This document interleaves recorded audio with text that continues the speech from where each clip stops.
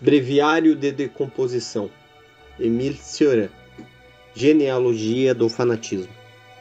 Em si mesma, toda ideia é neutra, ou deveria sê-lo. Mas o homem a anima, projeta nela suas chamas e suas demências, impura, transformada em crença, insere-se no tempo, toma a forma de acontecimento, a passagem da lógica à epilepsia está consumada. Assim, nascem as ideologias, as doutrinas e as farsas sangrentas. Idólatras por instinto, convertemos em incondicionados os objetos de nossos sonhos e de nossos interesses. A história não passa de um desfile de falsos absolutos, uma sucessão de templos elevados a pretextos, um aviltamento do espírito ante o improvável. Mesmo quando se afasta da religião, o homem permanece submetido a ela, esgotando-se em forjar simulacros de deuses, adota-os, depois febrilmente. Sua necessidade de ficção, de mitologia, triunfa sobre a evidência e o ridículo.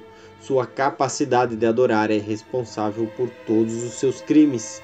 O que ama indevidamente um Deus, obriga os outros a amá-lo. Na espera de exterminá-los, se recusam. Não há intolerância, intransigência ideológica ou proselitismo que não revelem o fundo bestial do entusiasmo.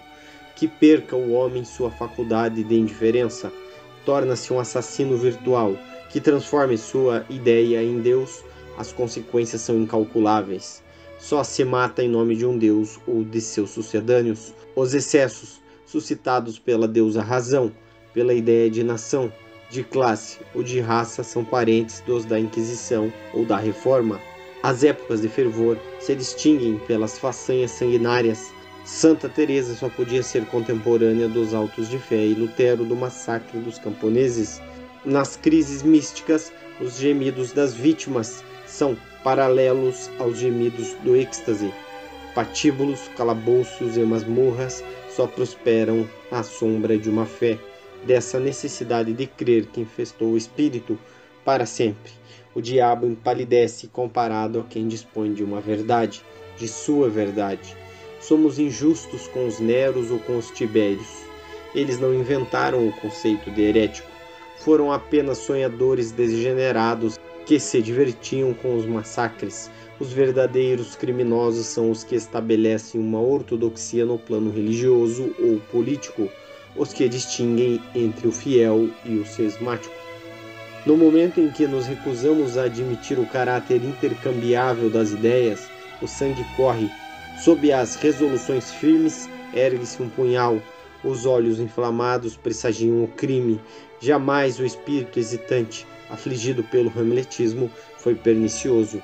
O princípio do mal reside na tensão da vontade, na inaptidão para o quientismo, na megalomania prometeica de uma raça que se arrebenta de tanto ideal, que explode sobre suas convicções e que, por haver se comprazido em depreciar a dúvida e a preguiça, vícios mais nobres do que todas as suas virtudes, embrenhou-se em uma via de perdição na história, nesta mescla indecente de banalidade e apocalipse. Nela as certezas abundam. Suprima-as e suprimirá sobretudo suas consequências, reconstituirá o paraíso. O que é a queda senão a busca de uma verdade e a certeza de havê-la encontrado? A paixão por um dogma, o estabelecimento de um dogma? Disso resulta o fanatismo, tara capital que dá ao homem o gosto pela eficácia, pela profecia, pelo terror, lepra lírica que contamina as almas, as submete, as tritura ou as exalta. Só escapam a ela os céticos ou os preguiçosos e os estetas, porque não propõem nada, porque verdadeiros benfeitores da humanidade destroem os preconceitos e analisam o delírio. Sinto-me mais seguro junto de um Pirro do que de um São Paulo, pela razão de que uma sabedoria de Butat é mais doce do que uma santidade desenfreada. Em um espírito ardente encontramos o animal de rapina disfarçado. Não poderíamos defender-nos demasiado das garras de um profeta. Quando elevar a voz, seja em nome do céu, da cidade ou de outros pretextos, afaste-se dele.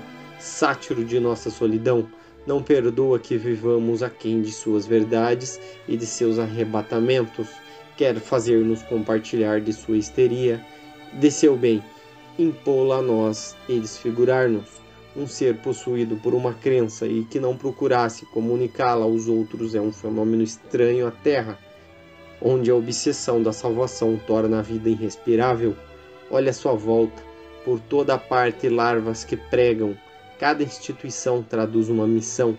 As prefeituras têm o seu absoluto, como os templos, a administração com seus regulamentos, metafísica para o uso de macacos. Todos se esforçam por remediar a vida de todos, aspiram a isso até os mendigos, inclusive os incuráveis. As calçadas do mundo e os hospitais transbordam de reformadores. A ânsia de tornar-se fonte de acontecimentos atua sobre cada um como uma desordem mental ou uma maldição intencional. A sociedade é um inferno de salvadores. O que Diógenes buscava com sua lanterna era um indiferente. Basta me ouvir alguém falar sinceramente de ideal, de futuro, de filosofia, ouvi-lo dizer nós com um tom de segurança, invocar os outros e sentir-se seu intérprete para que eu o considere meu inimigo. Vejo nele um tirano fracassado, quase um carrasco, tão odioso quanto os tiranos e os carrascos de alta classe. É que toda fé exerce uma forma de terror, ainda mais temível quando os puros são seus agentes. Suspeita-se dos espertos, dos velhacos, dos farsantes. No entanto, não poderíamos atribuir-lhe nenhuma das grandes convulsões da história. Não acreditando em nada, não vasculham nossos corações, nem nossos pensamentos mais íntimos. Abandonam-nos à nossa indolência, ao nosso desespero ou à nossa inutilidade. A humanidade deve a eles os poucos momentos de prosperidade que conheceu. São eles que salvam os povos que os fanáticos torturam e que os idealistas arruinam. Sem doutrinas, só possuem caprichos e interesses, vícios complacentes, 1000 vezes mais suportáveis que os estragos provocados pelo despotismo dos princípios, porque todos os males da vida provêm de uma concepção da vida. Um homem político completo deveria aprofundar-se nos sofistas antigos e tomar aulas de canto e de corrupção. O fanático é incorruptível, se mata por uma ideia, pode igualmente morrer por ela. Nos dois casos, tirano ou mártir é um monstro. Não existem seres mais perigosos do que os que sofrem por uma crença. Os grandes perseguidores se recrutam entre os mártires cuja cabeça não foi cortada. Longe de diminuir o apetite de poder, o sofrimento o exaspera. Por isso o espírito sente-se mais à vontade na companhia de um fanfarrão do que na de um mártir. E nada o repugna tanto como este espetáculo onde se morre por uma ideia. Farto do sublime e de carnificinas, sonha com um tédio provinciano em escala universal, com uma história cuja estagnação seria tal que a dúvida representaria um acontecimento e a esperança uma calamidade.